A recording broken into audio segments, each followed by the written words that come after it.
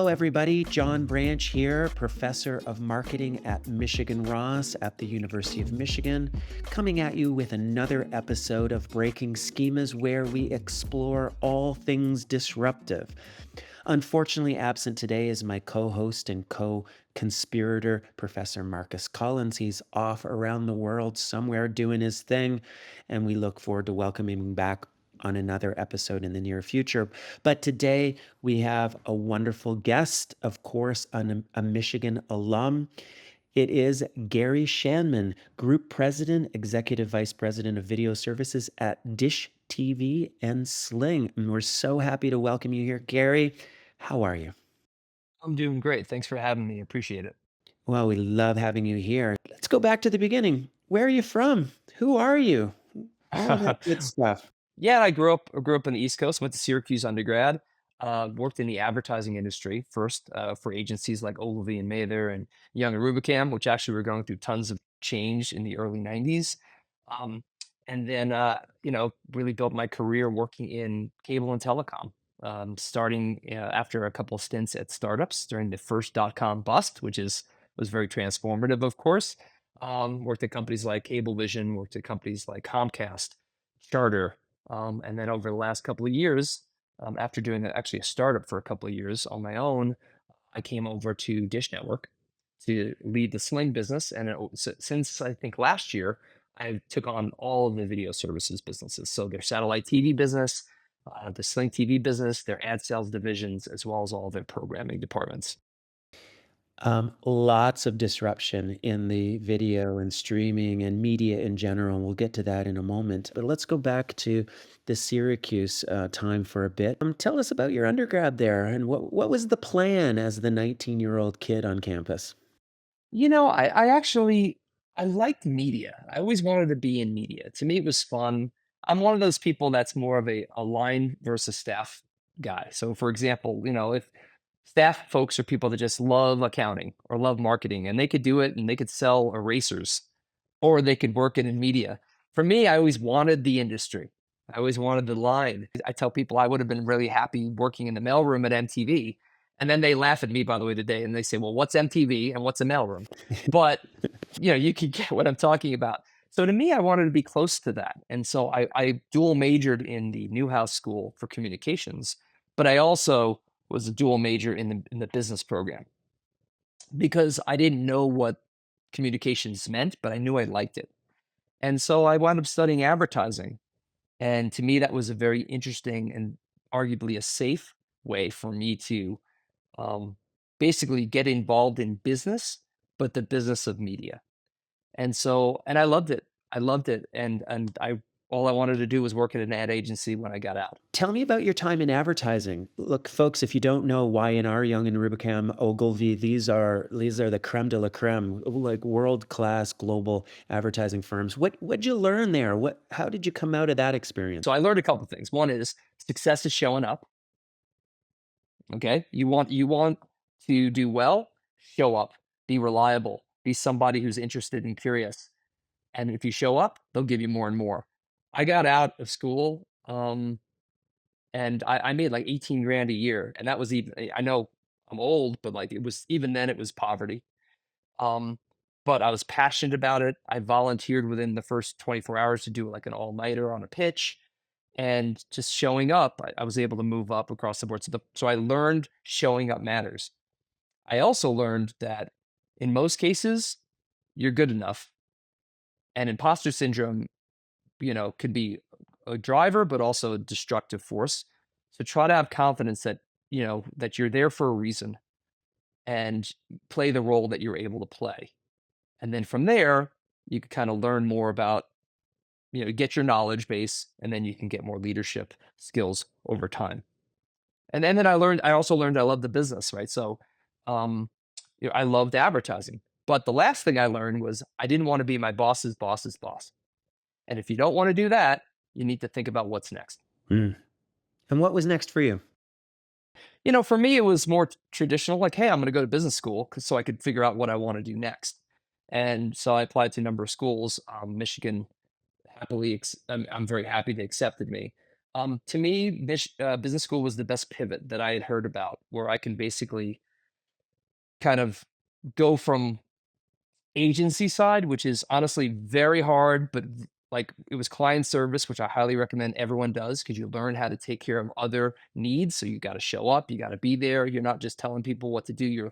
You're actually, it's like being a server in a restaurant, right? You're there to serve. So you learn a lot about character. But I also wanted to move to the client side. I wanted to be more sort of helping to drive more than just one of the P's of marketing, right? Mhm. Which you could argue that the advertising agency wasn't even the full P of promotion, right? It was just a part of it. It was the comms part of it. And so I wanted more. And so that's why I was very excited to go to Michigan. And I loved my time in Michigan. I mean, I'm so thankful for Michigan. And, I met my wife there. It was just the most magical 2 years I could have ever hoped for. Um, and it set me up for everything I've done since. Thank you for saying that. I'll pay you your dollar fee later. Um, Folks listening to the podcast, I think Gary said two very, very insightful things there, which I wanted to highlight, put a little exclamation point on them both. First, being in a sales role is so, so important for a career, particularly in marketing. And indeed, there are companies out there which will not allow you to go into marketing if you have not pounded the pavement for a period of time. And to your point, Gary, I think it does create a certain mentality of servility, right? That you are serving other people. That's great. Second thing, what I love you said is MBA as a switching device. There is probably no other better career switching device out there than the MBA. It's incredible how, for 3, 4, 5 years, you can be a bank clerk. You start your MBA, and suddenly the entire world doesn't see you as a blank bank clerk anymore, but as a potential manager. So folks, if you're stuck or not stuck and you just want to switch, consider an MBA, and of course consider an MBA at Michigan Ross. Um, t- did you do an internship, presumably? Yeah, so my internship, I wanted to get more involved in media and entertainment. And so I I kind of scraped around to try to figure out the right internship, and I was able to honestly through friends of friends connect with a media entertainment practice lead over at PwC. At the time it was Price Waterhouse. Um and I wasn't able to work in that group that summer, but they put me into their supply chain um more process consulting group in the Midwest, and I worked that summer there. I learned a lot. I learned I did not want to work in that part of consulting, and then I was able to interview at the PW Group in strategy consulting for entertainment media. And is that where you landed out of the MBA? Yeah, that's what I landed. It was a startup group within there because Pricewaterhouse had never had a strategy consulting group, right? Most of the media entertainment industry, they worked with McKinsey, they worked with Booz Allen. So it was really cool because it was a startup, but it was also very ambiguous because consulting's already ambiguous. And for people that are interested in consulting when they get out, it sounds very exciting, etc. But it requires a lot of fortitude because you have large companies that have existential problems and they are asking a 27-year-old, what do I do? Or a 30-year-old. And honestly, I had no idea. And that's what I learned from that was I learned that you need to, I know it sounds insincere to say this on a client business, but you kind of have to fake it till you make it a little bit, but not fake it sounds wrong. What you have to do is realize that you're just as smart as anyone else in the room. So, you know something? There aren't any answers, but you can use deductive reasoning. You could use inductive analysis. You could do a number of things to say, this is what I think the best bet is. And then be comfortable with the fact that it may not be right, but it's smart and thoughtful. Yeah, That's what I learned in consulting. sounds like an amazing experience. Now, you made the good segue for us to enter the discussion around media. So, in the spirit of media, and given we're in a really hot political environment right now, I'm going to do a Fox gotcha moment because 5 minutes ago you told me that you wanted to switch out of agency onto the client side, and yet out of your MBA you went to agency side again in consulting. What's up with that? Gotcha. You got me. So here's what I would say. I didn't know what company I wanted to work for. There weren't a lot of companies in media that were had more like traditional recruiting environments, so I couldn't go work for a major company. Like, Disney, I think, was a very West Coast focused. They weren't recruiting. Mm. Would I have gone to work for Disney? Yeah. Would I have gone to work for Viacom straight out? Yeah. They went to Harvard. So I'm like, okay, let me go to a practice where I can work with different clients, see what's there. And then my goal always was, yes, to be able to work at a major media company. And the irony of this whole journey is I never once worked for a major content company ever. I found a niche in content distribution, cable, and satellite. Yeah. Um, and so it was not the plan, but I'm very happy with the way it planned out. Tell us about that switch then from consulting into client side and specifically into content and distribution. So in 1998, the internet was starting to become commercial. It was becoming a business. Amazon had launched in 96, I think, around. And so it was, all the projections in the future was all about that. Yeah. And so all of my peers were like, we want to leave here and we want to do an internet startup. And so that's where I actually went. I left consulting to go work for a CBS. At the time, they were merged, Viacom CBS. Then they split up. Now they're back together. But it was called iwon.com, iwon.com, and I was one of the first 20 people there. Not a founder, just a worker there. And we built this really successful portal where people clicked around. It was kind of like Yahoo, and they clicked around and they earned points into a sweepstakes, and we basically gave away money to encourage people to come to the site. And it was a very interesting business because we had to build the site from scratch. We had to monetize the service, right? We had to figure all of it out. And so that was incredible. Working nonstop, all hours, New Year's Eve with Y2K hit around that time. We had to be careful. Um, we were working in the server rooms, with putting ice packs on the servers because we were so successful initially with our page views. It was very hard to keep up. Like really cool, scrappy stuff. And I worked on product and business development, which I didn't have experience with. And so it was very humbling and very exciting. And I learned how to work with engineers. I learned how to do business development deals to be able to get, partnerships executed so we could build the automotive section of the portal, or the finance section of the portal. And that was amazing. But it also was a lot of like you realize the value of showing up. You need intelligence. You need to be able to think on your feet. And that's when I learned what I really wanted to do. What I really wanted to do was I wanted to build products. I wanted to be a part of building products and with technology. And that's why it was kind of fun working in what was a traditionally legacy business, which we'll get into in a minute, which is how do you help transform from within companies that are facing existential threats from without? And that's I learned that in those 2 years. So I took the consulting, which helped me think critical thinking, data analytics. I took the advertising, the roll up your sleeves and just serve, serve, serve, along with this experience of just rolling up sleeves and building stuff. And then I took that through the rest of my career. That was my career. And I've been told like I'm an innovator and an executor. Like that's how I should summarize, the advice I've gotten from mentors. Like that's your elevator pitch because you're willing to do the work, but you're also a good thinker.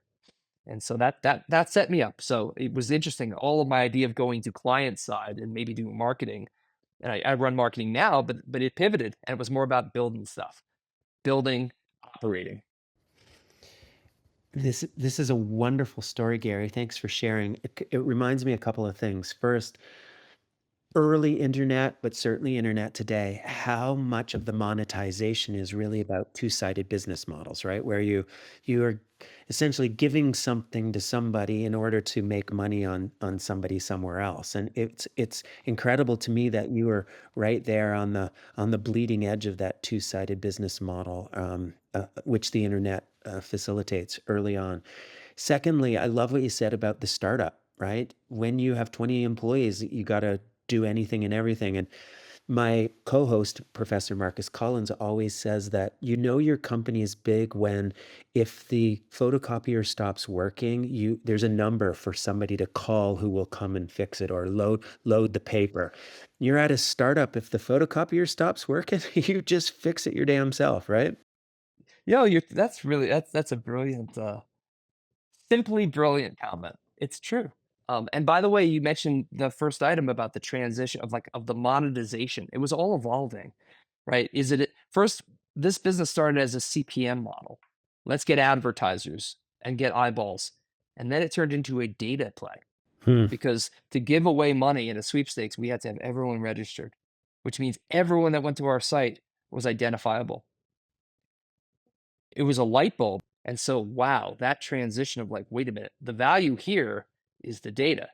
Obviously, you have to protect it, right? You have to anonymize things like that. But fundamentally, our ability to do targeted advertising was the special element. And then what was interesting is they learned, and I had left at that point to go to cable, but they learned also that the real value of the property was actually the search. And as a result, that company got bought by Ask Jeeves. And so the search was the most important part of the portal, even though everyone originally thought it was all about, the auto section and the this section and all that stuff. It was the big search box. And this was all like Google had just launched in 1999, right? Think about that. And so this is like 1999 into 2000. So yeah, I saw a lot of that. It was really, really fascinating. And in hindsight, this just makes me laugh. Like, wow, like so many things were happening that I was able to at least witness. We didn't dominate any of it, but it was really good to see that. And it's fascinating. It's funny how agility sometimes is the key to entrepreneurial success. It's not the original idea, it's the ability to pivot when you have that aha moment. I remember working with a company which manufactured one of the most boring products you could imagine, very large brake components for trains and tractor trailer trucks, right? Yeah. And it was a German company which installed software to collect data from the braking systems in order to improve the quality of the braking systems. And then one day, light bulb moment, they realized that these data were actually more valuable to fleet managers and safety managers at large companies because the data told these folks not about the quality of the brakes, but about the driving habits. Gary, tell us about the next career switch out of this startup world into media. Yeah. So, I always liked television. I liked TV. And when I was in consulting, I loved television. I did analysis, and my area was cable and what was going to happen with content distribution over time. And so I was like, okay, I want to get back into that. I want to get back into media. Things are changing. And I interviewed at Viacom, once again, a lot of the content companies. Those were the areas that were like the flashy stuff that I always kind of wanted to get to. But then I got this opportunity to interview at Cablevision. And it was a local New York company, 3 million subscribers, owned by the Dolan family. And I'll be honest with you, I was like, oh, I don't know. I'd much rather work for Disney. But I got hired there, and I realized the importance of distribution in the business. And I learned so much about that. And I came in as a business development strategy person, mostly BD, which gave me good scope across the board. And I missed building, but it was a good start. And I just started to fall in love with that business. And I also realized I was good at it. So it was, the times that I had opportunities to go and do another startup, or the times I had to go to do maybe work at a content company. I was like, no, no, I started to develop a niche and a sweet spot, and it allowed me to move up because it was an area I really liked and I was good at it. And I also got great opportunities. Cablevision was entrepreneurially driven, family owned, and there's pros and cons of working at a proprietorship that way. But for me, it was mostly upside because it was a bold company, right? They could do what you wanted to do, and so I was actually put in charge of an internal startup when I was there to actually build a whole interactive television platform to be able to monetize it. So once again, combine sales with digital, and I moved into a product role. And those opportunities don't really happen a lot at large companies that aren't owned, solely owned, right? at that time, right? So broadband was coming out. It was becoming more important than TV.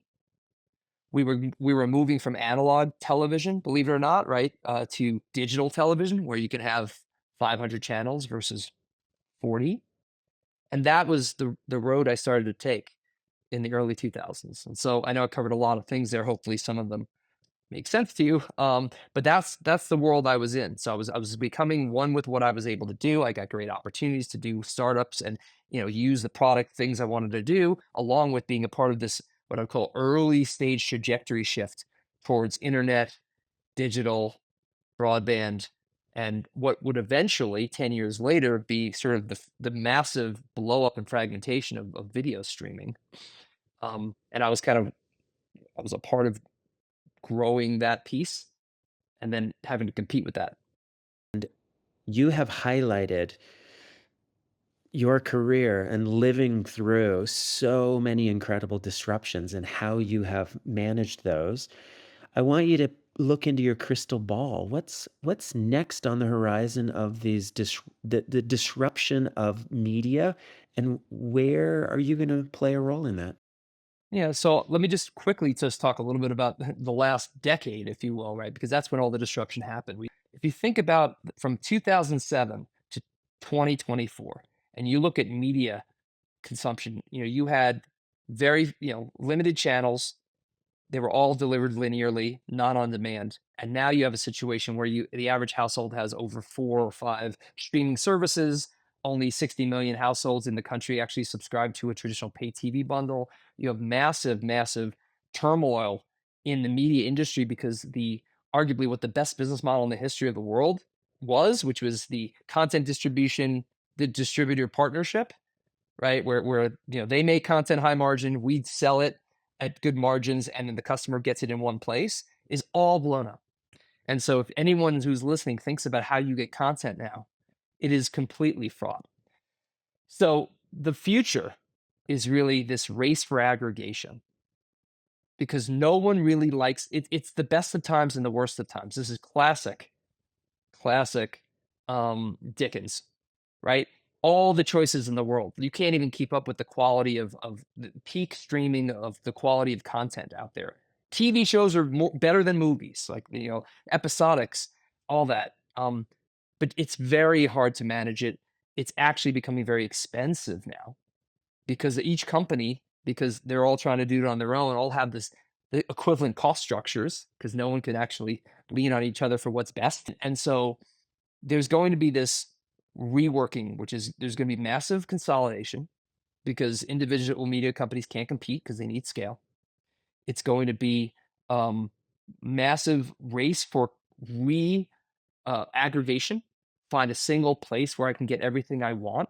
That's going to require data sharing, which no one wants to give up. It's going to require ego putting away because media is a very ego driven business and a prideful business, and it's going to require a reestablishment, in my view, as a biased distributor, reestablishment of the partnerships that made the business strong in the first place. So that's my overall summary of like how I look at the strategic framework for the future. But I think you'll get a lot less competitors, you'll get a lot more tech companies involved, and hopefully people can just pay one bill eventually and just get what they want in one screen. I'm looking forward to it.